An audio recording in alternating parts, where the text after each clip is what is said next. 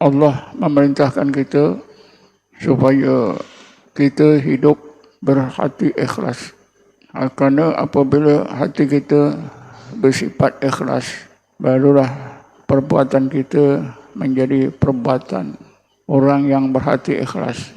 Seluruh amal ibadat kita barulah jadi amalan orang yang berhati ikhlas. Kerana ikhlas itu adalah sifat hati. Kerana itu setiap manusia yang berhati ikhlas, insya-Allah bila beramal, maka amalannya jadi amalan orang yang ikhlas. Disebutlah amalan yang ikhlas.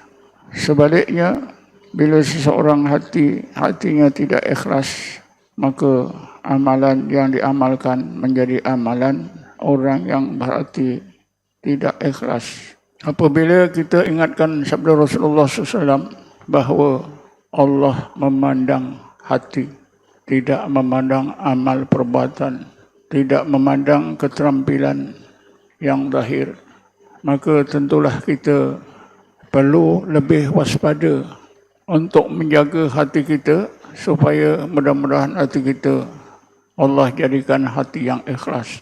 Rasulullah SAW bersabda, "Inna Allah la yandur ila suwarikum wala ila a'malikum walakin yandur ila qulubikum."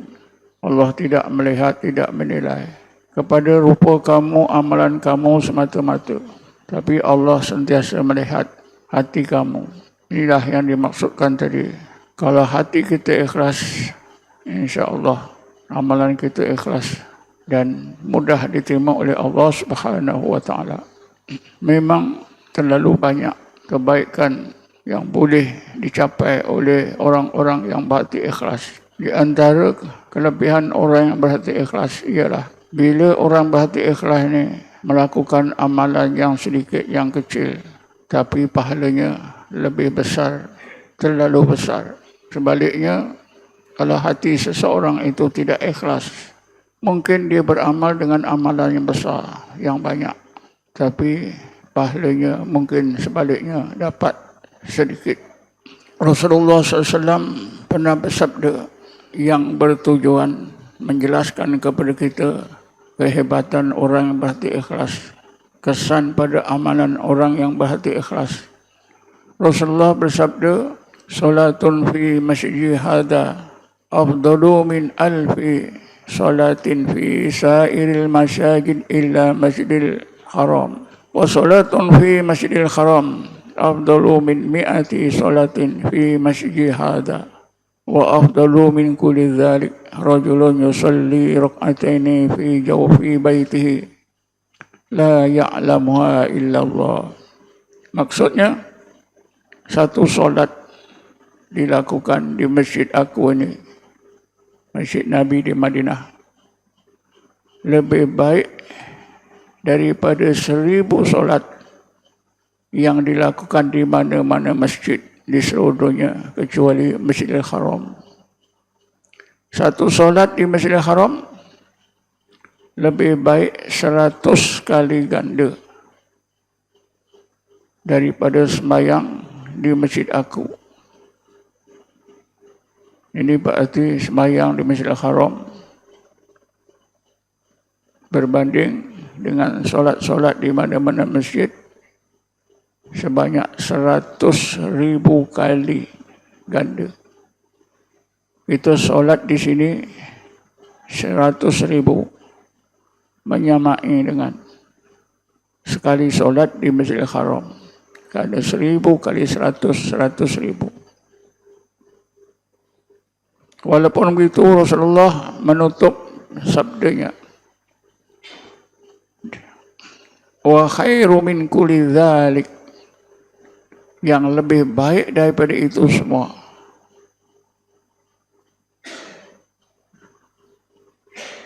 "Rajulun yusalli rak'ataini fi jawfi baitihi la ya'lamuha illallah."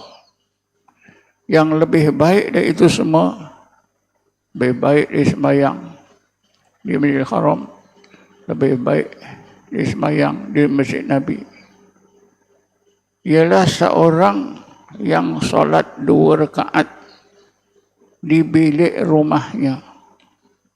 La ya'lamuha illallah. Tak ada siapa yang ketahui. Tak ada siapa yang mengetahui solat orang ini, amalan solat orang ini kecuali Allah.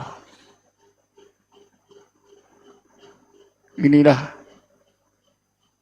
orang yang hati ikhlas. Dia solat 2 rakaat di rumahnya. Lebih baik kita solat banyak-banyak solat, puluh-puluh kali solat di Masjid Nabi, di Masjidil Haram.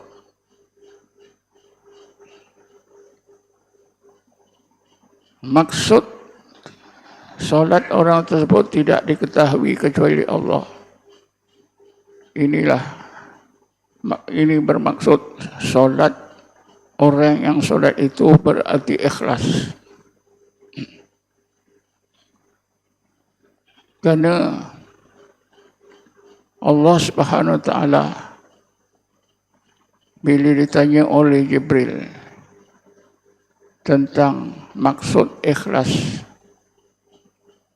maka Allah berfirman dalam sebuah hadis qudsi, Al-ikhlasu sirrun min asrari awda'tuhu fi qalbi man akhbabtuhu min ibadi fala yatla'hu malakun fayuktabahu wala syaitanun fayubsidahu. Maksudnya ikhlas itu adalah satu rahsia dari berbagai rahsia aku yang aku letakkan di dalam hati manusia-manusia yang aku kasihi, yang aku sayangi, yang aku cintai dari kalangan para hamba-Ku. Sifat ikhlas orang tersebut tak dapat diketahui oleh mana-mana malaikat. Karena itu malaikat tidak dapat menuliskan kebaikan orang yang berhati ikhlas. Syaitan juga tidak dapat merosakkan amalan orang berhati ikhlas. Yang dapat mengetahui hanyalah Allah Subhanahu wa taala. Iblis semasa berada di surga lagi, sebaik-baik dimurkai oleh Allah, dikenakan hukuman yang berat, maka iblis segera bersumpah, qala bima aghwaytani la uzayyinanna lahum fil ardi wa la ughwiyannahum ajmain illa ibadaka minhum mukhlasin. Ya Allah, disebabkan Kau telah menghukum aku demikian berat, maka aku bersumpah, ya Allah, nescaya aku akan kelirukan kehidupan anak-anak Adam di dunia nanti. Yang baik mereka pandang buruk, sebaliknya yang buruk mereka pandang baik. Kedua, ya Allah, nescaya aku akan sesatkan mereka illa ibadaka min mukhlasin, kecuali anak-anak Adam yang berarti ikhlas. Jadi iblis yang memang dah tahu bahawa iblis dan anak cucunya tak akan dapat mengelirukan dan menyesatkan manusia yang berarti ikhlas. Illa ibadaka minhum mukhlasin, kecuali hamba-hambamu dari kalangan anak-anak Adam yang berhati ikhlas. Inilah di antara kehebatan orang yang berhati ikhlas. Tak ada syaitan, tak ada iblis yang boleh menggoda, mengelirukan, menyesatkan.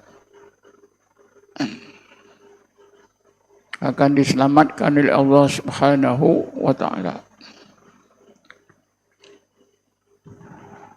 Oleh kerana itu, sifat ikhlas adalah sifat hati yang sangat penting. Cuma kita orang-orang beriman di akhir zaman ini tidak tahu apakah langkah-langkah yang mesti dibuat supaya kita dikurniakan oleh Allah hati yang ikhlas. Setiap kita, saya yakin, memang mau hati ikhlas. Tapi sayangnya, majoriti kita tak ada melakukan langkah-langkah yang boleh menyebabkan hati kita dijadikan oleh Allah hati yang ikhlas. Dalam hadis Qudsi, Allah sebutkan ikhlas itu akan dikurniakan, dimasukkan ke dalam hati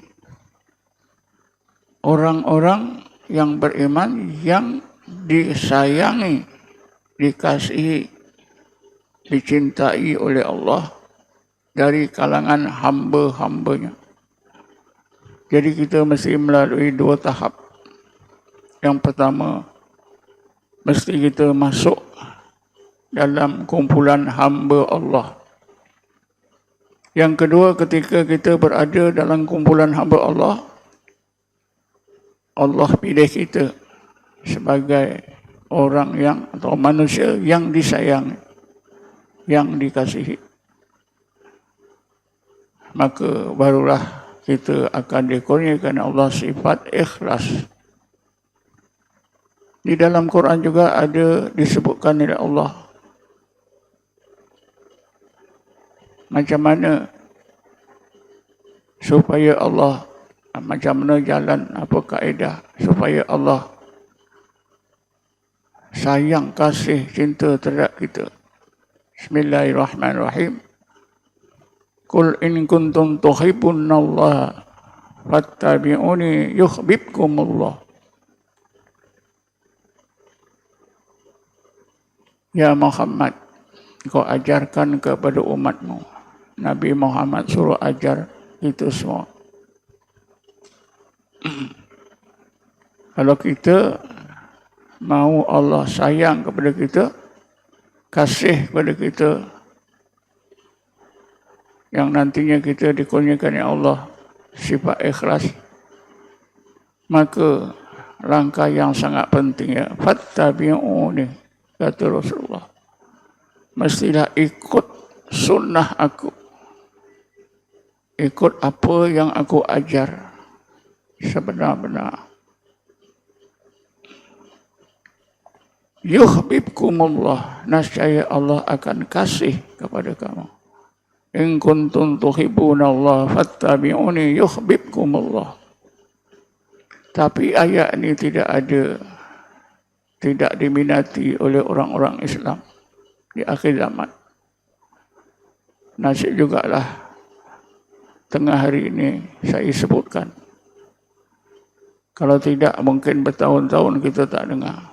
Qul in kuntum tuhibbunallaha fattabi'uni yuhibbukumullah.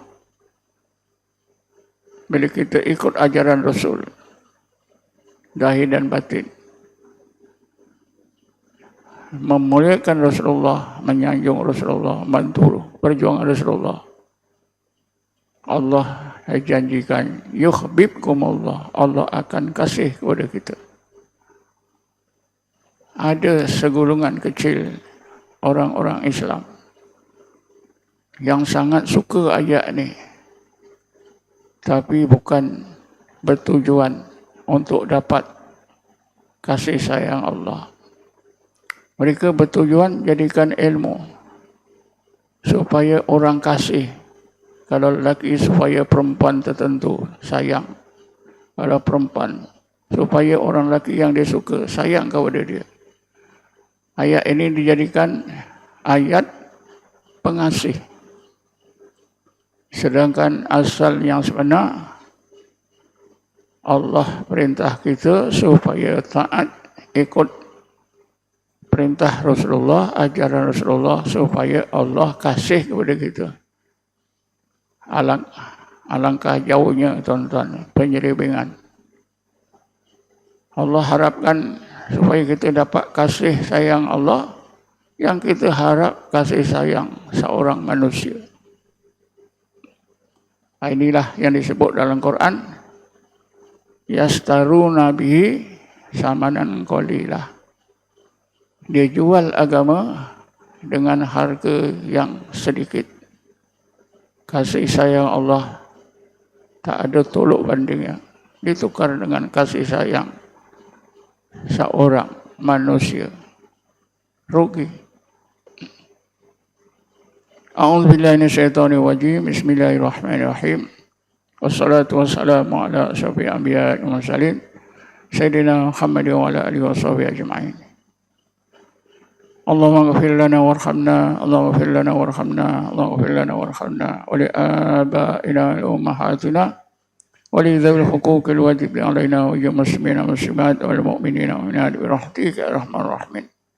Allahumma qsim lana min khashyatika ma tahulu bihi bainana wa baina ma'asik wa min ta'atika ma tuballighuna bi jannatika wa min yaqini ma tuhawwinu bihi masa'ibad dunya.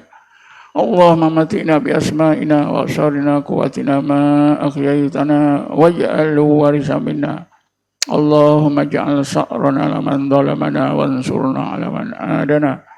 Allahumma natajidum ya abrahamina wa la mablagha ilmina wa la tusallit 'alaina ya Allah man la yarhamna. Rabbana atina fid dunya hasanah fil akhirati hasanah wa qina adzabannar. Rabbana atina min ladunka rahmatan wa hayyi' lana min amrina rashada. Wa sallallahu ala sayyidina Muhammadin nabiyil ummi wa ala alihi wa sahbihi wasallam. Walhamdulillahi rabbil alamin.